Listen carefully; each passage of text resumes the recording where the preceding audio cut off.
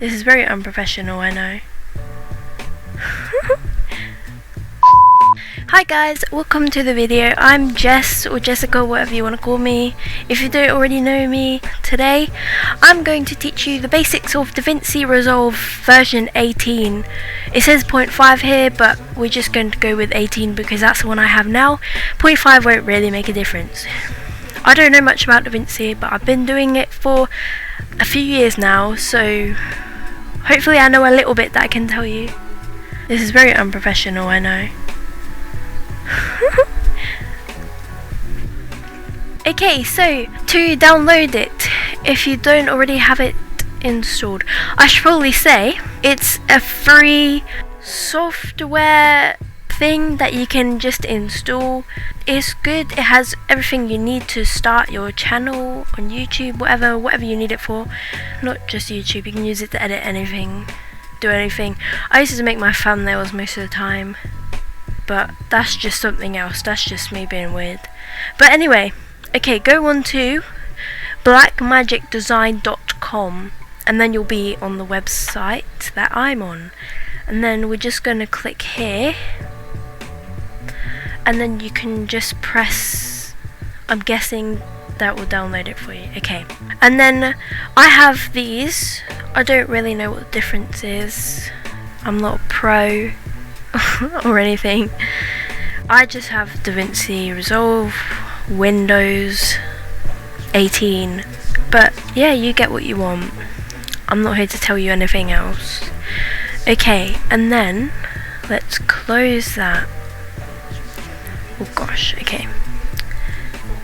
Right, can I not make it bigger? No one needs to see that actually. Right, I'm going to go straight into a new project on local because that's the only thing that I use.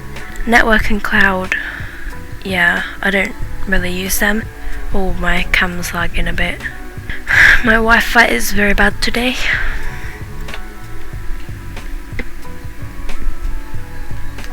Okay, let's go on untitled project.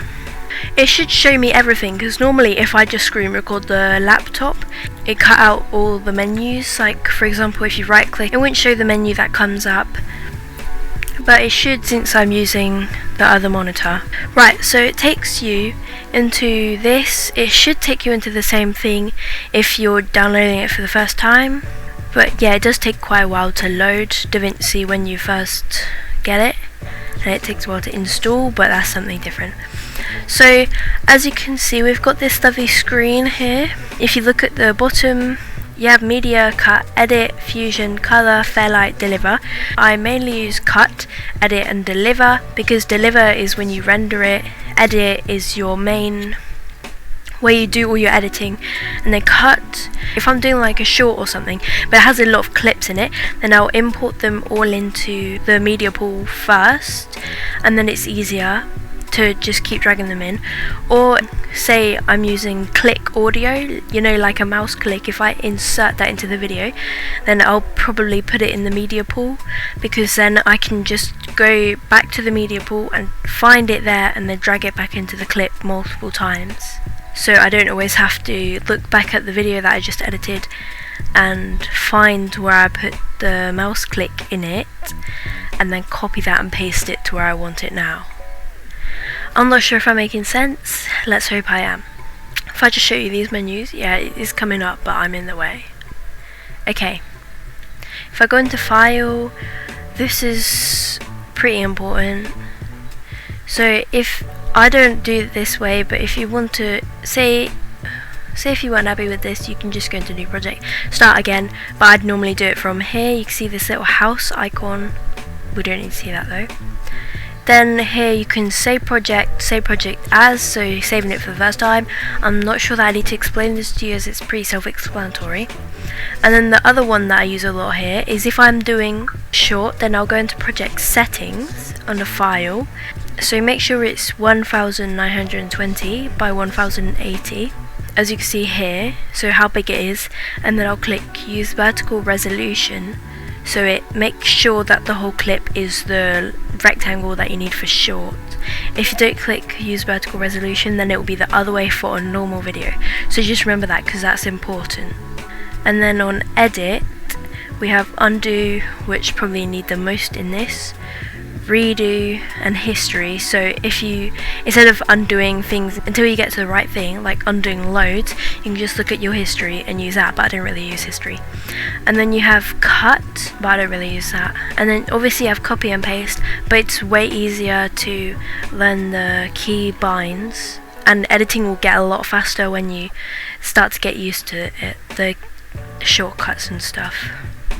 Right, and then I don't really use any of these other things up here. I will show you around edit. Okay, so I'm just going to point out at the top here first.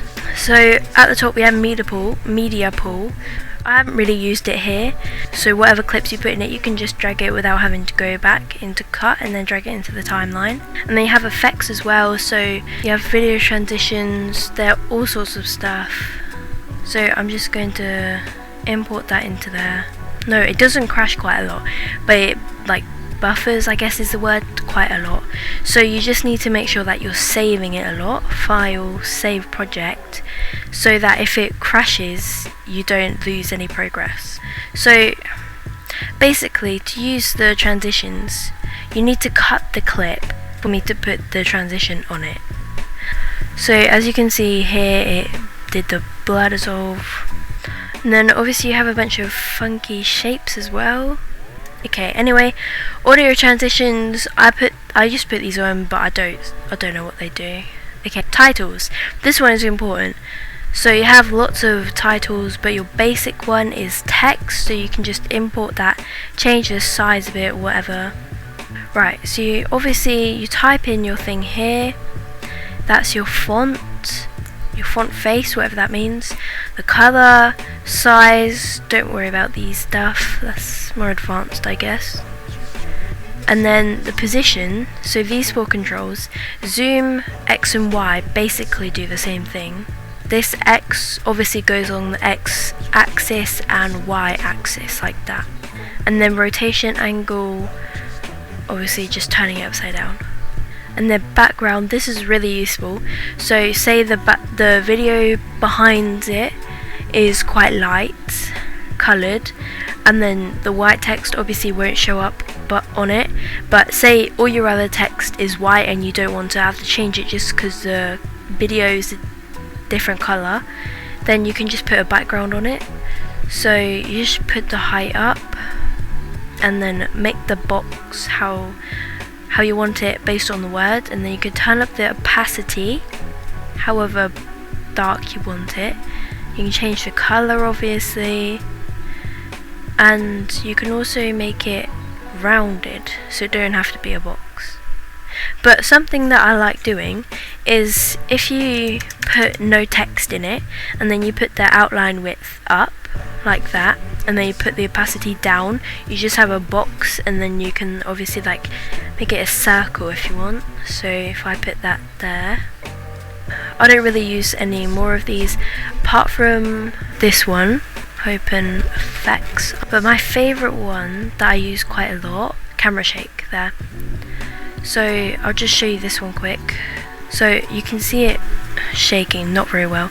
So if you select the clip that the effect's on, and then you can see it has all the controls. So like if I turn that all the way up, you'll be able to see it. Look like that. And then obviously you can change anything about it. Let's move on from effects now. I probably should have done this a while ago, but over here you have a mixer, metadata, and inspector. I always have mixer and inspector open because I don't really need this. But if you don't have mixer open, then you'll find it in, wait, is it inspector?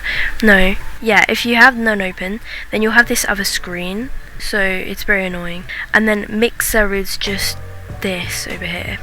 So this is obviously your viewing screen. If you go here, if you go to this bit, this line here, and then you can just pull that down like that. So this gets bigger, but you can't really see your timeline that much. If you look, so we'll focus more on this lower bit now. If you look at the side, you can see like what your tracks are called. Track. no, layers. So you can have it like really layered. Like if you look in some of the editing videos, shorts that I've done, you can see how layered it is. And then if we look at these controls quickly, so spacebar obviously plays it, but if you don't want to press that, then you can just use these controls, stop, and then backwards. I just use this if I want to play it in reverse. Then this is your selector tool. This is A, selection mode. So this is A, and then this one is B, blade edit mode. Okay, so say I can just switch really quickly between them, and then I don't really mess around with these other ones. But this one, snapping, that's really useful. I always have it on. I'll show you what it looks like when it's on. So you can see when it automatically gets close, it snaps right in there. But I'll turn it off, and then it just doesn't stop when the clip starts. So you can accidentally like put it back and it will be like a few seconds off. So I always have it on. Okay, and then I think the other important one here is this bit right here. So that lets you zoom in. Say you're doing really precise detail. Say I was marking it like that, then I'd want to zoom in. I don't know, I was doing whatever, like, I don't know, like that for example. Then I would want to zoom in, but say like you had a long video, you just wanted to look at it for a sec, then you can just zoom out quickly like that. And this bit over here is like basically a shortcut to your audio, so it's just, I don't know, I don't really mess around with that much. I think that's the basics on edit basically. Okay, I don't really use Fusion, it's more advanced, but I use color.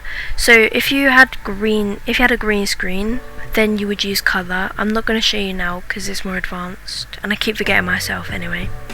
And I don't use Fairlight either. But this is how you render it. So obviously file name, location in your folder. I always make sure my audio's ticked. So if you have audio in your video, make sure you press export audio. And then yeah, the rest is up to you what you press. So yeah, I think that's pretty much it for the basics. Oh yeah, I have to talk about the speed.